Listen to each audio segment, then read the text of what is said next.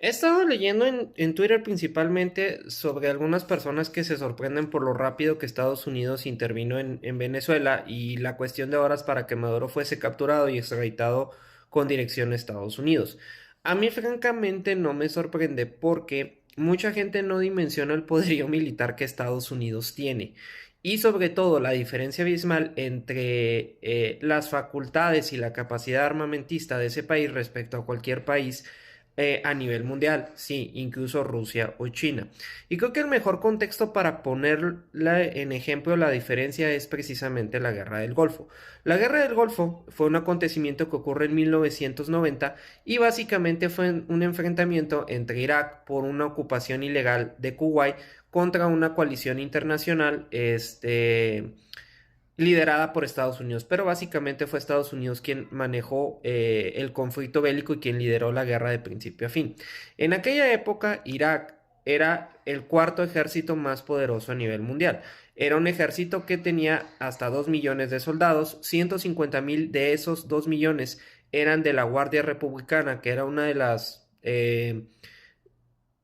secciones de élite del ejército de Saddam Hussein y básicamente de los soldados más preparados del mundo. El ejército de Irak tenía más de 5,000 tanques de guerra, bastantes de ellos eran los famosos T-72 soviéticos, que en aquella época eran tanques muy buenos, tenía más de 700 aviones, entre ellos aviones de la última generación, producto de ventas que había realizado la Unión Soviética, y tenía más de 3,000 piezas de artillería. Ese ejército fácilmente era un ejército top a nivel mundial y en un conflicto entre cualquier otro país fácilmente hubiera podido vencer o hubiera logrado alcanzar sus objetivos. De ahí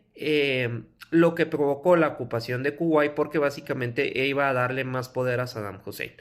Y sin embargo, a Estados Unidos le tomó 7 días destruir toda la infraestructura aérea y 17 días destruir todas las divisiones blindadas, los campos de artillería, los búnkeres y zonas estratégicas militares, con pura aviación y con los misiles Tomahawk que vienen en este caso en los portaaviones. Si eso ocurrió en 1990, cuando la diferencia tecnológica no era tan abismal entre Estados Unidos y los demás países, cuando el armamento tecnológicamente todavía no despegaba tanto en un territorio a más de 12,000 kilómetros de distancia y sobre todo en una zona hostil a los intereses de Estados Unidos,